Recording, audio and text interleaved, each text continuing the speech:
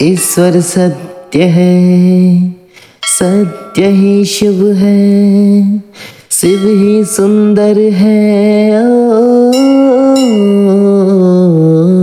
सत्यं शिवं सुंदरम।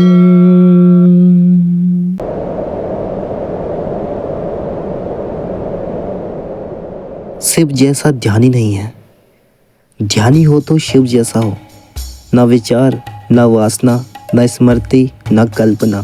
ध्यान विध्वंस, विध्वंस है मन का, यानी मैं की मृत्यु, विचार का अंत। इसलिए भगवान शिव को मृत्यु का विध्वंस, विनाश का देवता कहा गया है। इसलिए शिव जैसा ध्यानी नहीं है। देवों के देव महादेव, जिनकी अपार शक्ति हम भली भांति जानते हैं, जो सब पर करुणा करते हैं, जो जल्दी अपने भक्तों पर प्रसन्न हो जाते हैं, ऐसे हैं हमारे महादेव।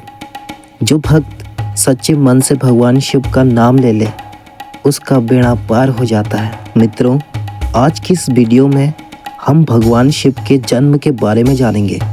कैसे भगवान शिव का जन्म हुआ, कौन उनके माता पिता हैं, और भी बहुत कुछ।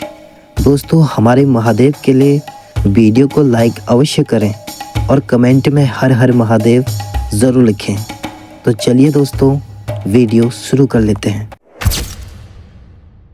मित्रों, शिव के बारे में ऐसा कहा जाता है, त्रिलोक के आदि और अंत के देवता हैं, जिनके आगे दुनिया की सभी शक्तियाँ असफल हो जाती हैं। मित्रों, सबसे पहले हम भगवान शिव के जन्म से जुड़ी कहानी यानी शिव पुराण, एक लोक कथा के बारे में जानते हैं। शिव पुराण के अनुसार भगवान शिव को स्वयंभू माना जाता है, जिसका अर्थ होता है भगवान शिव का जन्म स्वयं ही हुआ था। तो जाहिर सी बात है, इससे यह बात साफ हो जाती है कि ना ही भगवान शिव की कोई माता है और ना ही उनके कोई पिता है। इसलिए भगवान शिव पंच तत्व से भी परे हैं, जिसके कारण इन्हें मृत्यु का भी कोई भय नहीं है। इसलिए इनकी मृत्यु कभी नहीं हो सकती। और अगर बात करते हैं विष्णु पुराण में भगवान शिव के जन्म से जुड़ी एक कहानी के बारे में।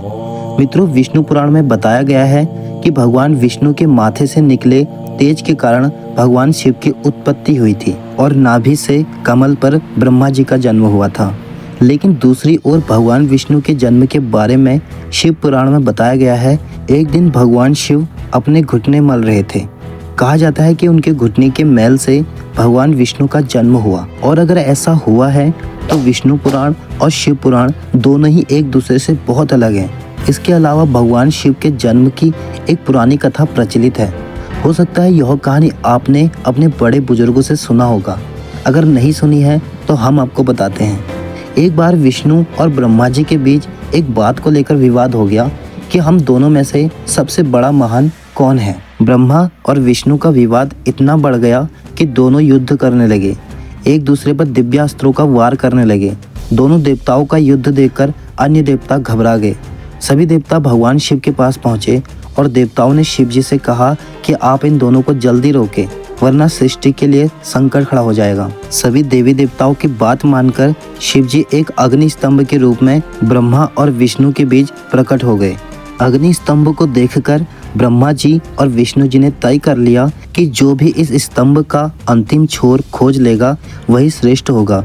ब्रह्मा जी स्तंभ के ऊपरी भाग में गए और विष्णु जी निचले वाले भाग में गए। जब विष्णु जी को उसका अंतिम छोर नहीं मिला तो वे लौट आए और वहीं दूसरी तरफ ब्रह्मा जी को भी उसका अंतिम छोर नहीं मिला। थक हार के दोनों वापस आ गए। फिर भगवान शिव अपने असली रूप में आए।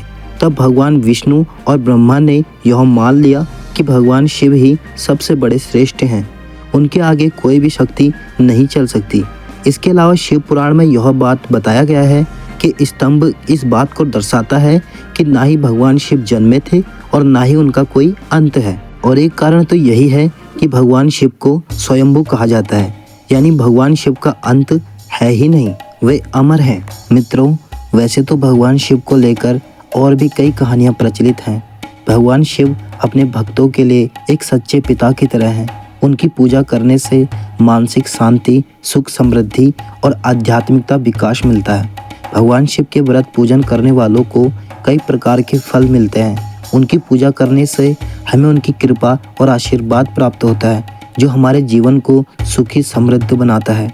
भगवान शिव की पूजा करने के लिए हमें शरीर और मन को शुद्ध करना चाहिए और सच्चे मन से भगवान शिव की पूजा करनी चाहिए। तो मित्रों, आशा करता हूँ आपको यह वीडियो पसंद आई होगी। अगर यह वीडियो आपको पसंद आई है तो वीडियो को लाइक अवश्य करें और साथ ही कमेंट में हर हर महादेव ज़रूर लिखें।